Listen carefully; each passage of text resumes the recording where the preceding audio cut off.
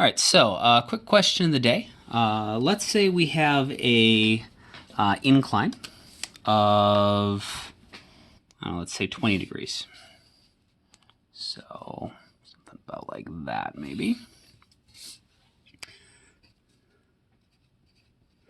And we have an object on here. And we're going to assume that it is frictionless. What I would like you to do is figure out the object's acceleration. You'll notice it might seem like something is missing here. I did not tell you the object's mass, and it turns out you don't need it.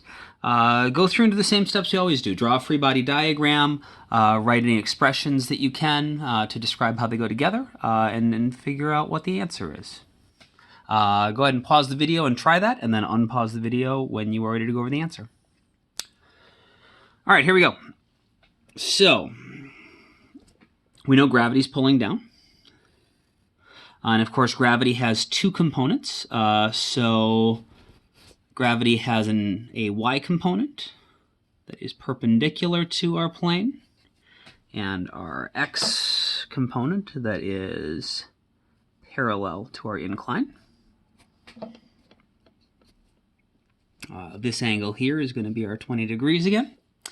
And so this is FGX, which is the part that is pulling it, the part of gravity pulling it down the incline. And this is FGY, the component of gravity holding it against the incline. Of course, the incline doesn't want the object to fall through it, and so it's got to push back with a normal force. That normal force is going to cancel out FGY, because the normal force is going perpendicular to the incline, so the only thing it can cancel is the thing going in the exact opposite direction. And so we can see our net force is going down the incline.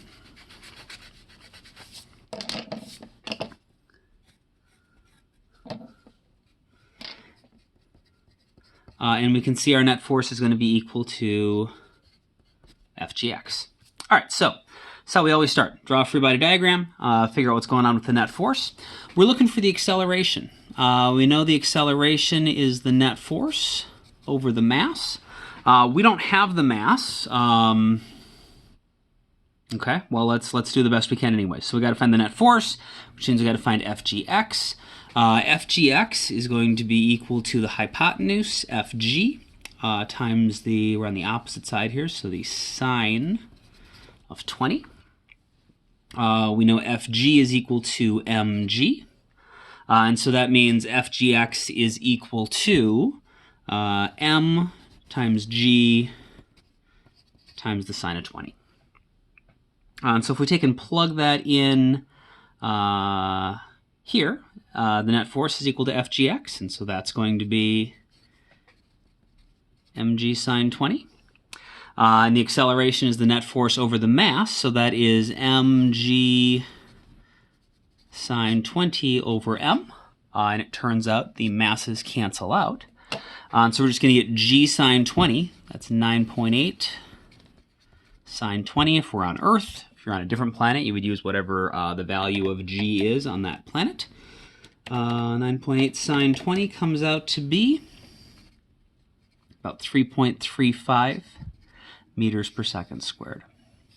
It turns out this happens not only with inclined planes, that's meters per second squared, but with a lot of other problems in a lot of situations as well. The mass sometimes is really important and sometimes absolutely essential to solving the problem, and sometimes it doesn't matter at all and just winds up canceling out. In this case, it shouldn't be surprising that it doesn't matter because we know gravity affects all objects equally in terms of the free fall acceleration.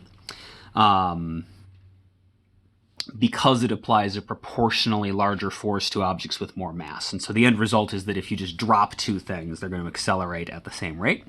And so if you put two things of different masses on an incline, gravity is still going to, if you have twice as much mass, the force of gravity is going to be twice as big. And so you can still get the same acceleration no matter what your mass is.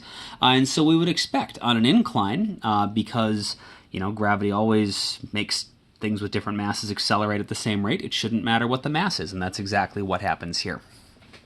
So when you are doing your problem solving for today, you're going to encounter some similar stuff. One is that the mass is not given. But two, so I had to use algebraic expressions, to get through here. I didn't actually have numbers I could plug in. I had to just leave this as, even if I'd plugged in g sine 20 and gotten that 3.35, I'd still have the m. I was forced to do a lot of my math with the algebraic terms. And you're going to do some problems that have no numbers whatsoever. And so you're going to need to do the same thing in your problems today, where you won't necessarily have numbers you can plug in, but that's fine. You can still just get expressions, and you can plug those expressions into each step, and you can still do the math and solve the problems like you always would.